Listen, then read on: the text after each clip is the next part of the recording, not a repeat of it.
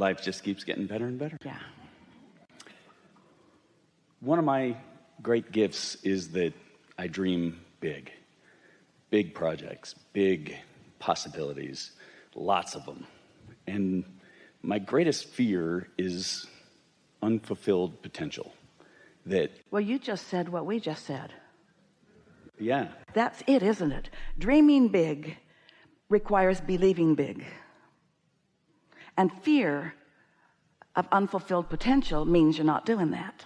Some people, after they have dreamed big for a while, but haven't believed and so haven't allowed it to be fulfilled, then they think that they're going to stop dreaming, but they can't.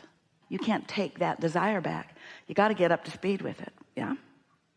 And so, yeah, I have lots of progression along the way and feel like I'm making progress. And then I have an even bigger dream and, feel like I'm going even the wrong direction instead of going in the right direction. Let us give you something that will help you easily and right away.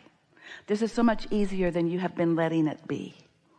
So just relax and take this in, because it's so much simpler than anyone has realized.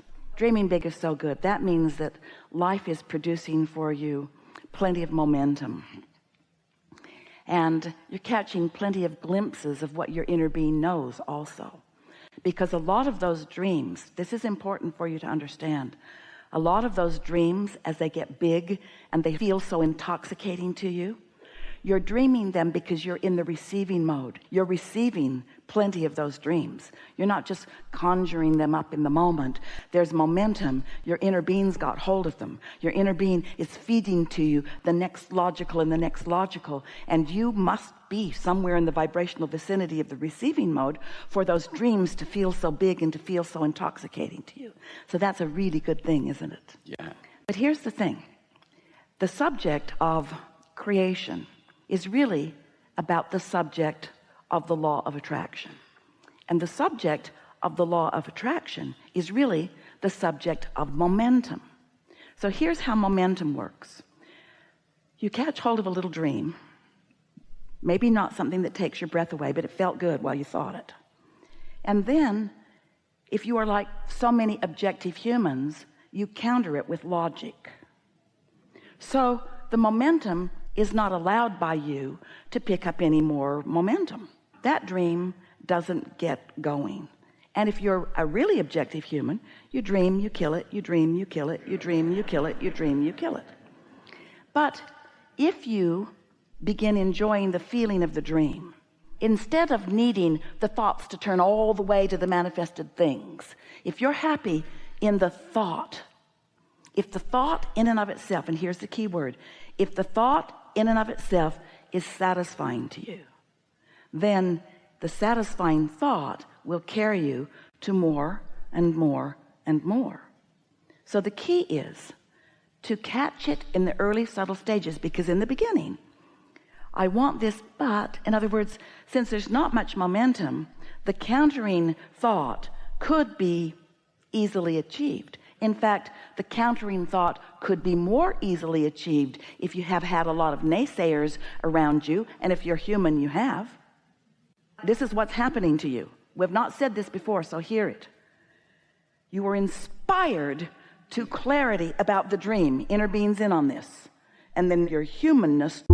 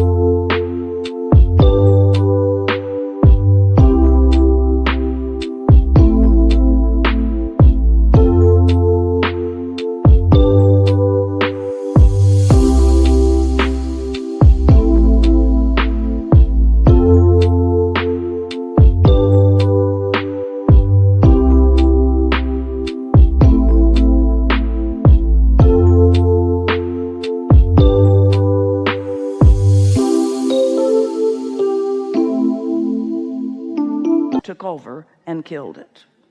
because there's plenty of negative momentum going on. How are you going to do that?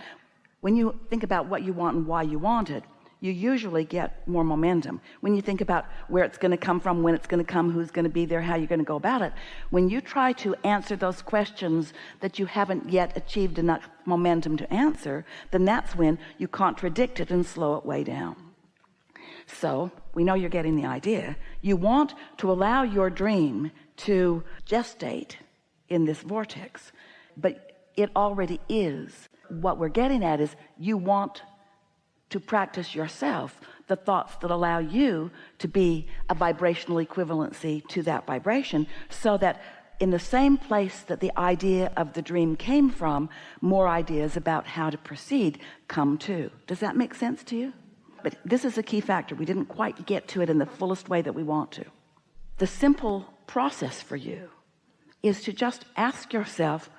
Esther's asking herself this question 100 or 200 or 300 times every day as a thought comes from somewhere.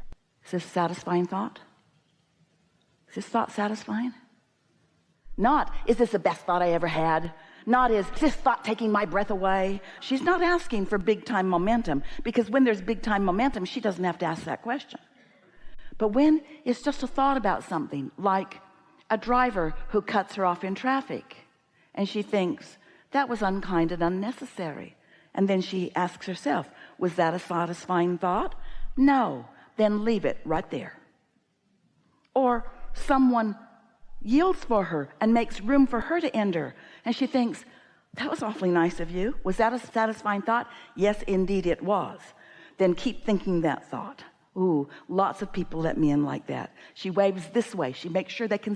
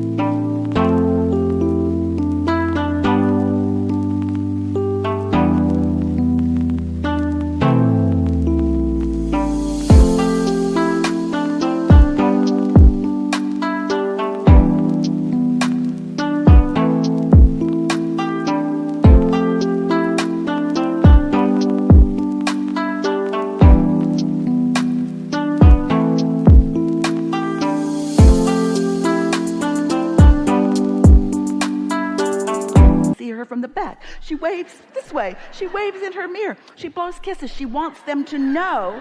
She wants to carry that feeling as far as that feeling can. And the more satisfied she is about that, the more things like that become her experience. So is that satisfying? Is that a satisfying thought? It's a matter of letting, and these are the key words we want you to hear. Don't try to make it happen. Let it be as big as it is. It's big. But let your relationship with it be as big as it is, because it's big enough. Did you hear that? Don't try to fake it till you make it. Don't try to goose it up. Don't try to push the noodle. Don't try to pretend it, because you can't fake it. You can't fake with the universe. How you feel is how you feel. But you can, if you discover a feeling that isn't satisfying, you can refocus if you do it early enough, before momentum gets hold of it. Because if momentum gets hold of it, then you're just going to have to sort of go with it until another opportunity to choose shows itself to you. Does that make sense? Mm-hmm. So let's talk about some details if you want to.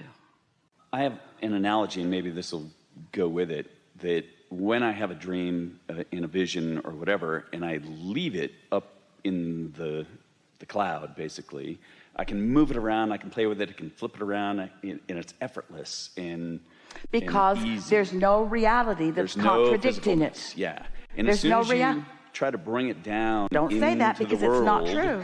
Well, into existence. That's because you're trying to fake it till you make it. That's because you're trying to make it happen rather than allow it to be. Your work isn't to produce it, to create it, to manhandle it into place. Your work is to dream it into place and let the momentum of it inspire you to the action.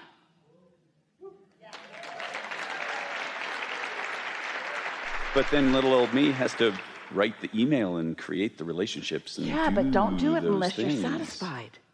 That's the point. If you get an impulse to write an email and you say, is this a satisfying thought? Write it. Here's what we're leading up to. You are always in the receptive mode of something. If you're sleeping, it's a different thing. But if you are awake, you are offering a vibration and you're in the receiving mode of something. The question is, what? What are you in the receiving mode? Are you in the receiving mode of your inner being and the fulfilling of your dream? Or are you in the receiving mode of fearful thoughts that you picked up from your mother or somebody? What receiving mode are you in? Because you're always in the receiving mode. And asking yourself the satisfaction question will tell you what receiving mode you're in, what influence you are under. Esther just sent the proof to the printer yesterday for a dash card that lays on your dash. She thought about a bumper sticker, but she didn't think it was good for you to run around with this bumper sticker. It says, under the influence.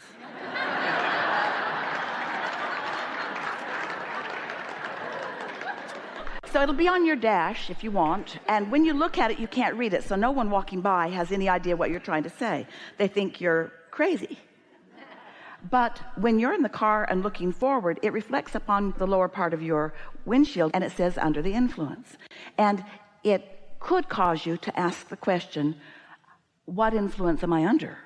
Am I under the influence of my vortex, my inner being, or am I under the influence of my doubts and fears? Because as you just explained to us, it could go either way.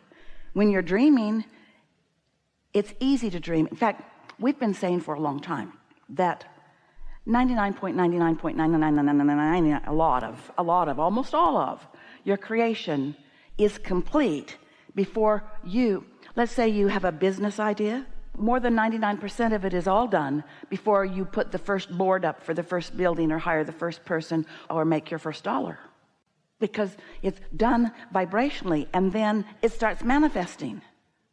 But most people don't really get that going because they get it and get it and stop it and get it and stop it and get it and stop it. And then they say, oh, I better just manhandle this into beingness. And then they're not empowered. They're not enlivened. The leverage of alignment is so huge. And the paltry puniness of action is so misunderstood by humans. So when you allow yourself to dream the dream until the dream inspires you to the action, then all of the action is blissful. And any action that isn't blissful, we wouldn't offer. We would either find a way to not act or we would find a way to act in bliss. And it takes a little bit of doing because you sort of have to rework it a little bit. You have to remind yourself. But it doesn't take very long before you're satisfied.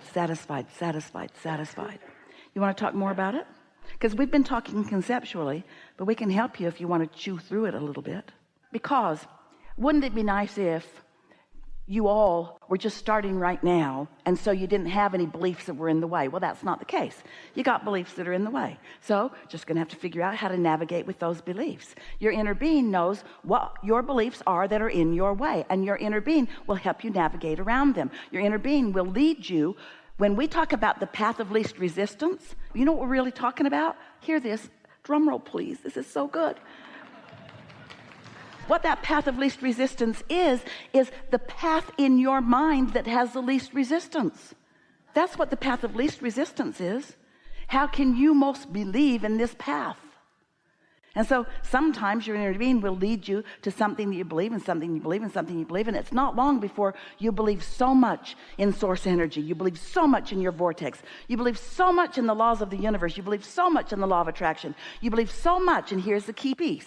You believe so much in your ability to discern satisfaction from dissatisfaction that you just start catching it earlier and earlier and earlier, and you just feeling gooder and gooder and better, more and more and more and more and more, until you're having so much fun on your way to the fulfillment of these dreams. It's the journey of these dreams that's the reason that you're dreaming them, not the full manifestation of them. You know how we know? Because each one that manifests produces another one that is yet to be manifested. You never get to the end of it. And is it okay to keep dreaming, knowing that we're not going to be able to get to everything in this lifetime? Do they carry over into the next one? Or, I mean, that would be great. I mean, there's got to be a great legacy here that goes on forever, right?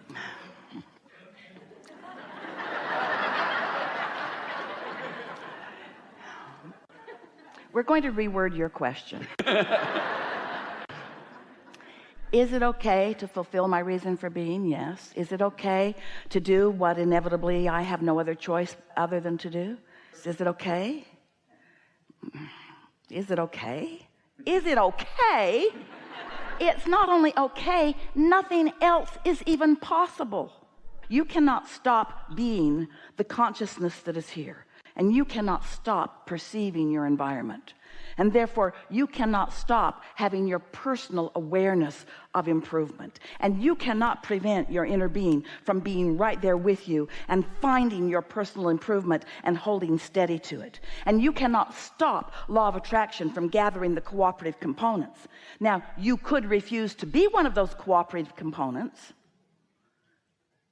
But once you've launched a dream and your inner being has hold of it, your only choice, if you are to feel satisfied or happy, is to go in the direction of your dream. Don't forget to leave a positive message and subscribe.